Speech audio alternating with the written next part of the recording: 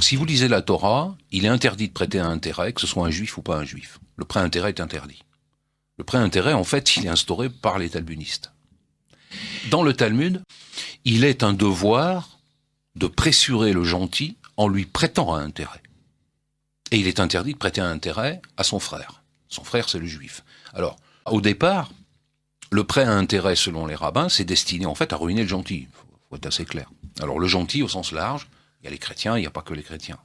Ceux qui mangent, pratiquent de l'intérêt usuraire, ne se tiennent au jour du jugement dernier que comme se tient celui que le toucher de Satan a bouleversé. Cela parce qu'ils disent « Le commerce est tout à fait comme l'intérêt », alors qu'Allah a rendu licite le commerce et illicite l'intérêt. Celui donc qui cesse dès que lui est venue une exhortation de son Seigneur peut conserver ce qu'il a acquis auparavant, et son affaire dépend d'Allah. Mais quiconque récidive, alors les voilà, les gens du feu. Ils y demeureront éternellement. Commençons par le début. Le Talmud, c'est quoi? Alors, le Talmud, c'est, au sens strict, la codification de la loi juive. Malheur donc à ceux qui de leurs propres mains composent un livre, puis le présentent comme venant d'Allah pour en tirer un vil profit.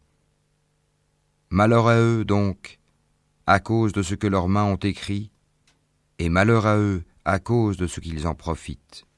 Et quand ils rencontrent des croyants, ils disent « Nous croyons ». Et une fois seuls entre eux, ils disent « Allez-vous confier aux musulmans ce qu'Allah vous a révélé pour leur fournir ainsi un argument contre vous devant votre Seigneur ? Êtes-vous donc dépourvus de raison ? Et il y a parmi eux des illettrés qui ne savent rien du livre, hormis des prétentions, et ils ne font que des conjectures.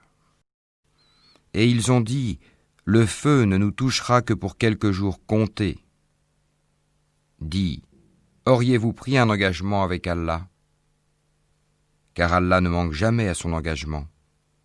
Non, mais vous dites sur Allah ce que vous ne savez pas. Croyez-vous donc en une partie du livre et rejetez-vous le reste ? Le Talmud a une valeur supérieure à la Torah, c'est indiscutable. Le Talmud l'emporte sur la Torah. Oui. Ceux d'entre vous qui agissent de la sorte ne méritent que l'ignominie dans cette vie, et au jour de la résurrection, ils seront refoulés au plus dur châtiment, ils y demeureront éternellement.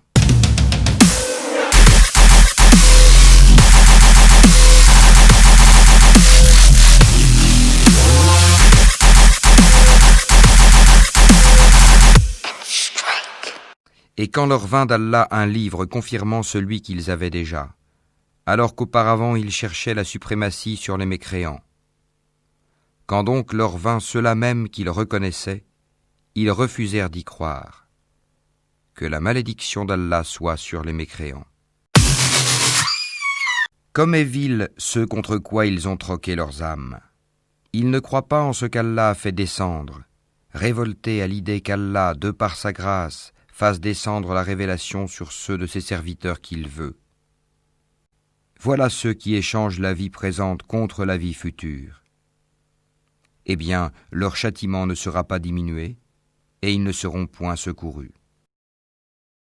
Dans le Talmud, tout est prétexte pour envoyer, c'est bien le cas, le coup de pied de l'âne, contre ce qui n'est pas juif. Alors, à l'époque, évidemment, ça ne vise pas les musulmans, ils n'existent pas. Ça vise les autres, mais qui ne sont pas seulement les chrétiens, c'est-à-dire tous les autres. C'est cet aspect racialiste qui est particulièrement prégnant dans le Talmud, dans la mesure où il traite d'une chose qui est fondamentale, c'est la notion de pureté. Dis, si l'ultime demeure auprès d'Allah est pour vous seul, à l'exclusion des autres gens, souhaitez donc la mort immédiate si vous êtes véridique.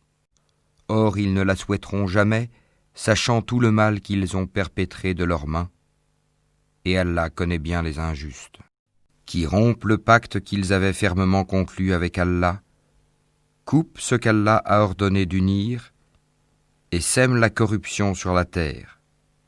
Ceux-là sont les vrais perdants. Et certes, tu les trouveras les plus attachés à la vie d'ici-bas, pire en cela que les associateurs. Tel d'entre eux aimerait vivre 1000 ans. Mais une pareille longévité ne le sauvera pas du châtiment. Et Allah voit bien leurs actions. Le Talmud l'emporte sur la Torah. Oui. C'est que plutôt la plupart d'entre eux ne sont pas croyants. Et quand leur vint d'Allah un messager, confirmant ce qu'il y avait déjà avec eux, certains à qui le livre avait été donné, jetèrent derrière leur dos le livre d'Allah, comme s'ils ne savaient pas. Et ils suivirent ce que les diables racontent contre le règne de Sulayman, alors que Sulayman n'a jamais été mécréant, mais bien les diables. Ils enseignent aux gens la magie, ainsi que ce qui est descendu aux 2 anges, Harut et Marut, à Babylone. Ils apprennent auprès d'eux ce qui sème la désunion entre l'homme et son épouse. Or, ils ne sont capables de nuire à personne qu'avec la permission d'Allah, et les gens apprennent ce qui leur nuit et ne leur est pas profitable. Et ils savent très certainement que celui qui acquiert ce pouvoir n'aura aucune part dans l'au-delà. Certes, quelle détestable marchandise pour laquelle ils ont vendu leurs âmes, si seulement ils savaient. Et dans le Talmud, la Guémara l'emporte sur la Mishnah. C'est-à-dire que pour un rabbin, la loi, c'est la Guémara. Qui est plus injuste que celui qui cache un témoignage qu'il détient d'Allah? Et Allah n'est pas inattentif à ce que vous faites. Quiconque substitue la mécréance à la foi s'égare certes du droit chemin. Et écoutez, un châtiment douloureux sera pour les infidèles. Ceux qui cachent ce qu'Allah a fait descendre du livre et le vendent à vil prix, ceux-là ne s'emplissent le ventre que de feu. Allah ne leur adressera pas la parole au jour de la résurrection et ne les purifiera pas. Et il y aura pour eux un douloureux châtiment. Eh bien, espérez-vous, musulmans, que des pareils gens, les Juifs, vous partageront la foi, alors qu'un groupe d'entre eux, après avoir entendu et compris la parole d'Allah, la falsifièrent sciemment. Les gens formaient, à l'origine, une seule communauté croyante. Puis, après leur divergence, Allah envoya des prophètes comme annonciateurs et avertisseurs, et il fit descendre avec eux le livre contenant la vérité, pour régler parmi les gens leurs divergences. Mais ce sont ceux-là même à qui il avait été apporté, qui se mirent à en disputer, après que les preuves leur furent venues, par esprit de rivalité.